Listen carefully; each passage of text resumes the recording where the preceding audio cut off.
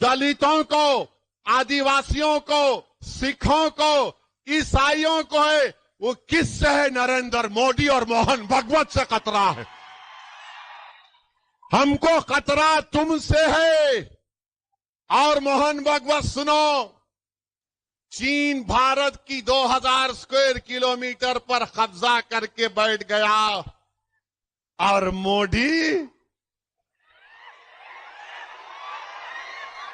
Modi America का सफर करते हैं। 2000 स्क्वायर किलोमीटर पर चीन कब्जा करके बैठा हुआ है डेमसाक में। मोहन भगवत, आप भी चीन से डरते हैं क्या? चीन से खतरा है, मगर मोहन भगवत नो, हिंदुओं को खतरा है। अबे चीन कब्जा करके बैठा है, उसकी बात नहीं करेंगे। चीन पूरे भारत के अतराफ के ममालिक में बैठा हुआ है, मोहन भगवत नहीं बोलेंगे।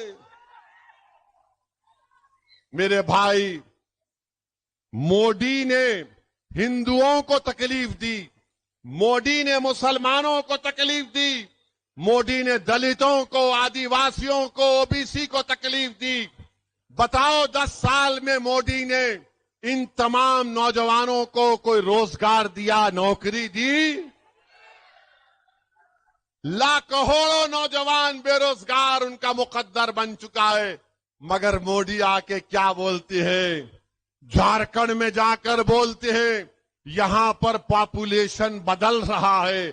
अरे मोदी, नौकरी दो, चीन को भगाओ, इकोनॉमी को रिवाइव करो, मगर कुछ नहीं। मोहन भगवत कह रहे हिंदुओं को खतरा। मेरे अजीज दोस्तों और बुजुर्गों, ये एक मजाक मोहन भगवत भारत की 130 करोड़ जनता से कर रहे हैं। मेरे अजीज दोस्तों और बुजुर्गों, वक्फ का कानून बनाया गया, बिल लाया गया और कानून में जब मैं वक्फ चुरकुट कई बीजेपी आरएसएस के इनके सो कॉल इंटेलेक्चुअल्स ये बोलते नहीं, वक्फ बोर्ड जहां पे बोला डिक्लेयर कर देता वक्फ की प्रॉपर्टी। अरे दीवानों, वक्फ बोर्ड किसी की प्रॉपर्टी को वक्फ डिक्लेयर नहीं कर सकता। मुझे कोई बीजेपी के एमपी पार्लियामेंट में बोले, अरे नहीं ओवैसी, आपके मुसलमान खेत में जाके सूरे फातिहा पढ़ लेते, आपके मुसलमान कहीं पर नमाज पढ़ लेते और बाद में बोल देते वक्फ हो गया। मैंने कहा महाशय, आप तो बड़े अक्लमंद हैं, लगता है आपने बड़ी गहरी सोच से इस बात को कहा। बोले हाँ, मैं पढ़ता हूं। मैंने कहा एक बात सुनो, भारत की पार्लियामेंट में जब नमाज का वक्त होगा मैं भी जाके पढ़ लूं तो क्या मेरी प्रॉपर्टी हो जाती वक्फ की वो पार्लियामेंट? वक्फ वो हो सकता है जो प्रॉपर्टी मेरी है मैं वक्फ कर सकता हूं। मैं किसी की प्रॉपर्टी जायदाद लेकर वक्फ नहीं कर सकता। नरेंद्र मोदी अब क्या कर रहे हैं इस बिल में? मोदी ये कह रहे हैं कि वक्फ में वक्फ बाय यूजर है।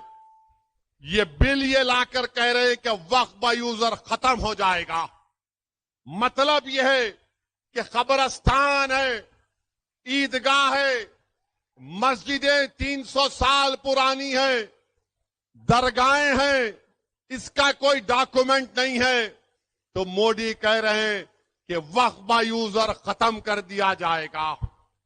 जब मैं ये कहा कि वक्फ बाय यूजर खत्म करके मुसलमानों की जायदादों को, मस्जिदों को, खानखाहों को, दरगाहों को, मस्जिदों को, कब्रिस्तानों को छीनने की साजिश हो रही है, तो लोग मेरी बात का यकीन नहीं कर रहे थे। मैं मिसाल देकर समझा रहा हूं। आज से 10-12 दिन पहले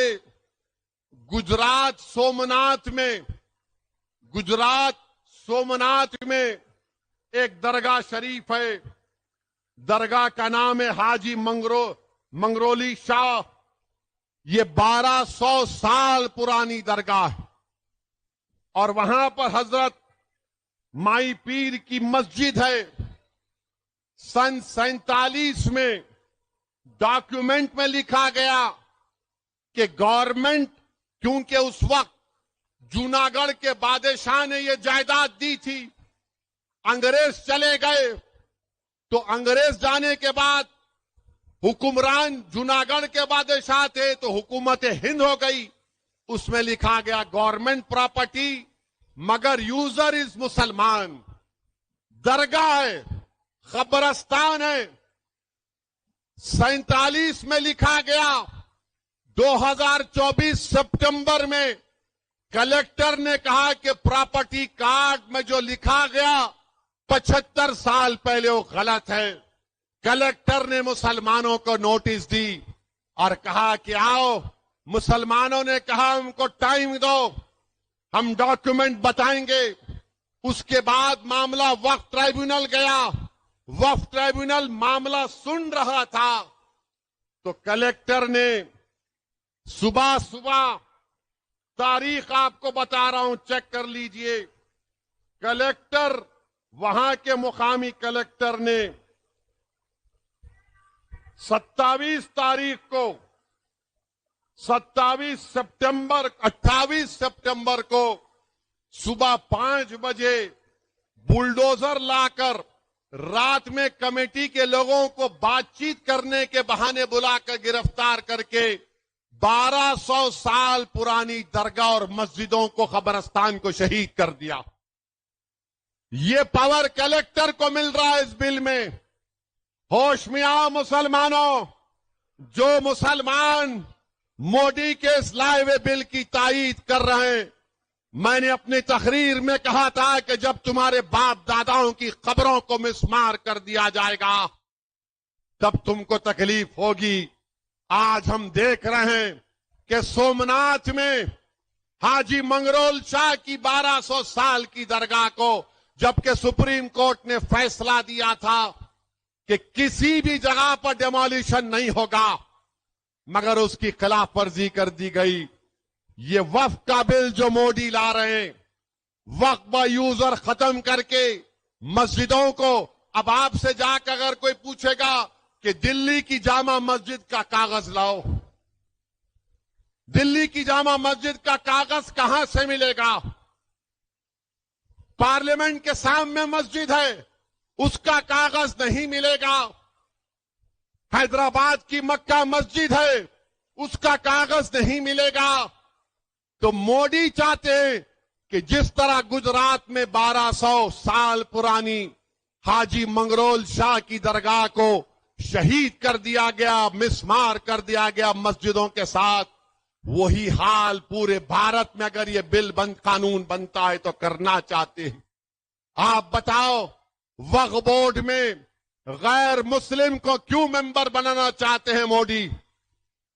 इसलिए बनाना चाहते हैं कि जब वक्फ बोर्ड में गवर्नमेंट अपॉइंट करेगी गैर मुस्लिम को, तो वक्फ बोर्ड को किसी भी प्रॉपर्टी को 5 साल के लिए डायरेक्ट मैनेजमेंट में लेने का इख्तियार है। तो मोदी चाहते हैं कि डायरेक्ट मैनेजमेंट के नाम पर लेकर मुसलमानों से उन तमाम जायदादों को छीन लिया जाए। वक्फ की जायदाद हमारे बुजुर्गों की गाढ़े खून पसीने की कमाई है, गवर्नमेंट ने हमको नहीं दिया, मोदी चाहते हैं उसको छीन लिया जाए। वक्फ बोर्ड में कलेक्टर को पावर दे रहे हैं कि कलेक्टर अगर बोलेगा इसमें डिस्प्यूट है तो कलेक्टर डिस्प्यूट के नाम पर वक्फ से निकाल देगा, ता वक्त वो इंक्वायरी मुकम्मल नहीं करेगा। बताओ मेरे अजीज दोस्तों और बुजुर्गों, इसमें कहा गया बिल में कि हर वक्फ प्रॉपर्टी को अपने हिसाबात किताबात कैग के जरिए देना पड़ेगा। सुन लो मदरसे चलाने वालों, सुन लो दरगाहों के मुतवल्ली, सुन लो वक्फ प्रॉपर्टी के जिम्मेदारों, ये जो बिल का प्रोविजन है कि हिसाब तुमने बराबर नहीं दिया कहकर तुम पर झूठे इल्जाम लगाकर तुमको जेल को भिजा दिया जाएगा। वक्फ की जायदाद बचाने का नाम मोदी ले रहे हैं। अब मौजूदा कानून ये कहता है कि अगर किसी को कोई भी अगर वक्फ की जायदाद को बेचता है तो उसको गलती से झूठे तरीके से तो 2 साल की सजा। नरेंद्र मोदी बोल रहे no 2 years only sweet 6 months। 2 साल नहीं 6 महीने अभी नॉन बेलेबल है। फर्स्ट मजिस्ट्रेट के सामने जाना चाहिए। मोदी कह रहे नथिंग डूइंग बेलेबल। तुम जायदाद बेचो, जायदाद फूंक दो।